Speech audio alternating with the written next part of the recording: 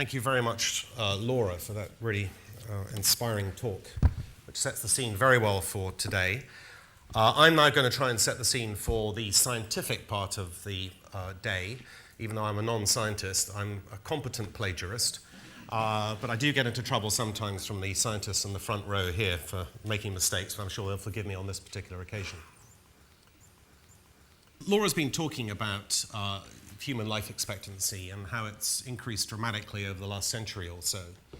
And that is definitely the case, but all of that increase has occurred as a result of environmental factors. All of it's occurred as a result of the things that she was talking about: lower infant mortality, less manual labor, antibiotics, vaccinations, and so forth. None of it has come as a result of what I call the engineering of human biology, which is going to be the great feature of the expansion in life expectancy, and most importantly, which we've heard about already from Laura and others, health span in the coming years.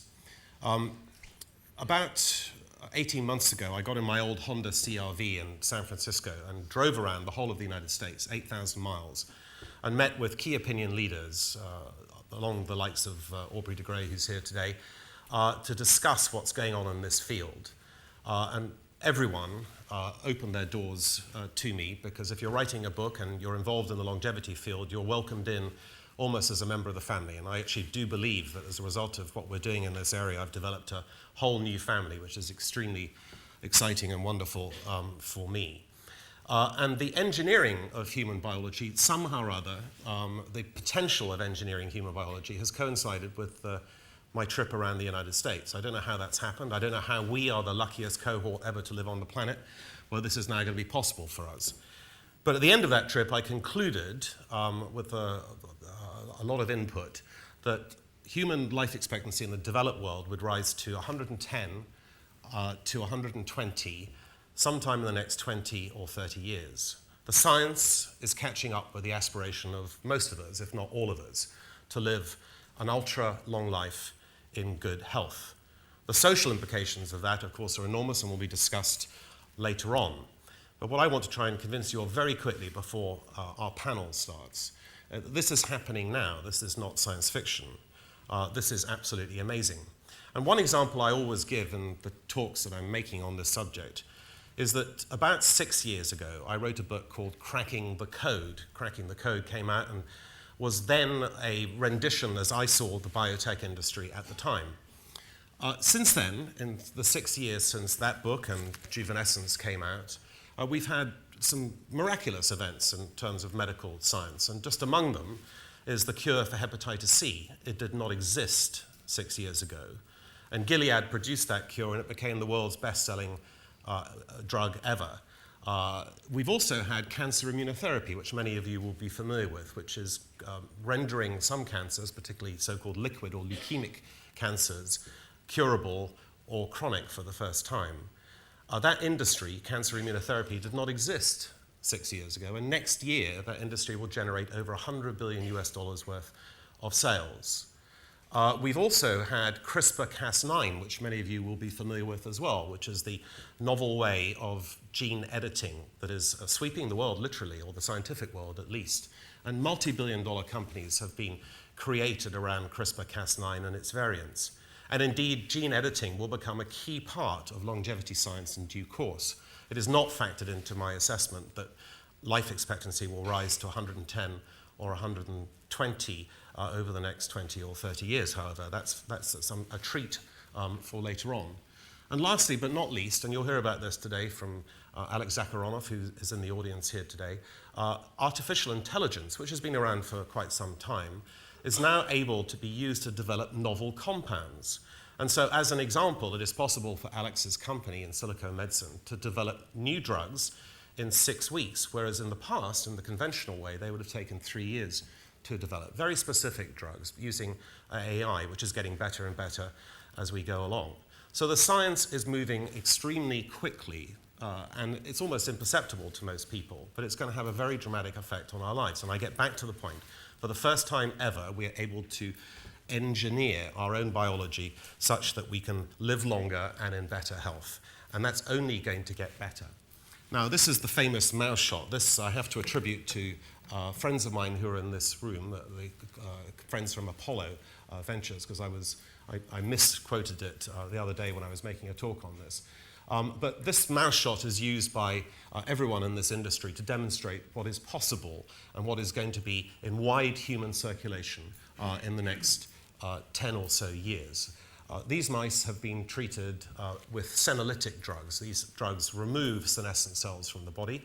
There are many scientists working on senescence, and particularly senescent cells at the moment, including the labs of the Buck Institute, represented by Eric Verdon here today. The mouse on the right is an identical mouse. It's 95 years old, human equivalent. At the top, he's 95, and he's displaying all the features that we'd expect in a 95-year-old human. Cardiac enlargement, curvature of the spine, thinning fur, can't see, got cancer, a pretty miserable life. Now, I talked about, and as did Laura, health span as well as lifespan. But the mouse below is the same mouse treated with a senolytic drug at a very advanced age, and in a matter of weeks, he's reverted to being a middle-aged mouse. Now, this is already in human trials. It's in human trials for osteoarthritis, and no doubt it will go into many other indications. This is just one, as Aubrey calls it, of the armatorium of therapies that are being developed at the moment. Firstly, small molecule drugs, including senolytics. Secondly, stem cells and other therapeutics, including organ regeneration. And thirdly, ultimately, gene editing. And this is why one has to be so optimistic that we live in the best, the most golden age of human longevity, the first time ever we can do something about our lives from a biological manipulation point of view. If you take someone from 1900 and you put them in today's environment, or they will live just as long as the rest of us. There's been no biological evolution over that period. Now we can engineer our own biology to live much longer.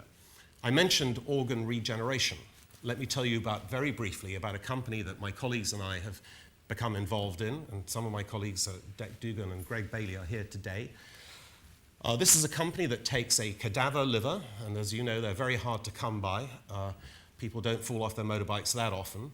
The cadaver liver is the principal source of liver transplants, which is a real problem in the world because there aren't enough livers, and there's plenty of people with failing livers, people who've had hepatitis, as an example, people with alcoholic cirrhosis, or people who suffer from NASH, which is the new fatty liver disease that is very prevalent, particularly in the United States. They need a new liver, but there aren't enough to go around. And over time, they will die. This company takes a cadaver liver, divides it, roughly speaking, into 100 pieces, implants each one of those pieces into 100 patients, broadly speaking, in one of the lymph nodes.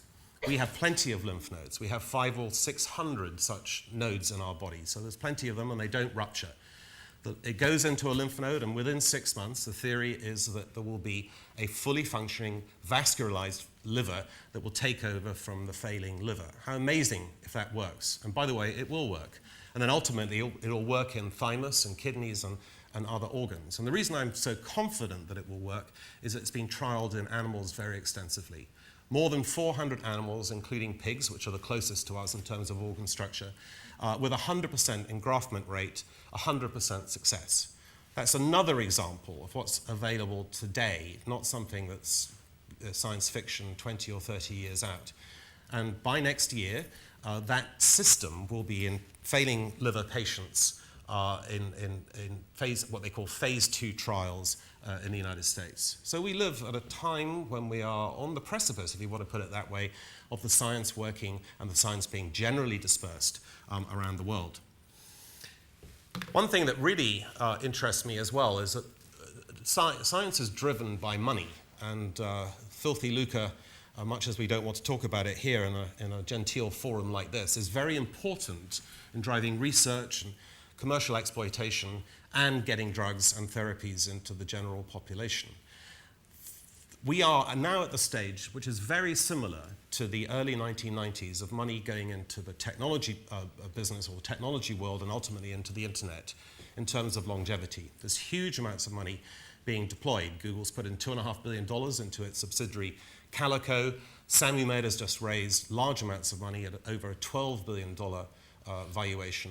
And I am certain, having been an observer of several stock market cycles, like some of you here today, that this will become a very large mania. And that money will go to key research institutions, and ultimately it will filter through to the commercial world, and ultimately the success of those commercial enterprises will bring drugs to the many, not just the few, because over time, drug patents fall away, and these drugs, such as metformin, which is now generic, will become available to everyone on the planet, extending healthy and happy lives. And that's a message that the scientists are going to convey to you today, and thank you very much for listening, ladies and gentlemen.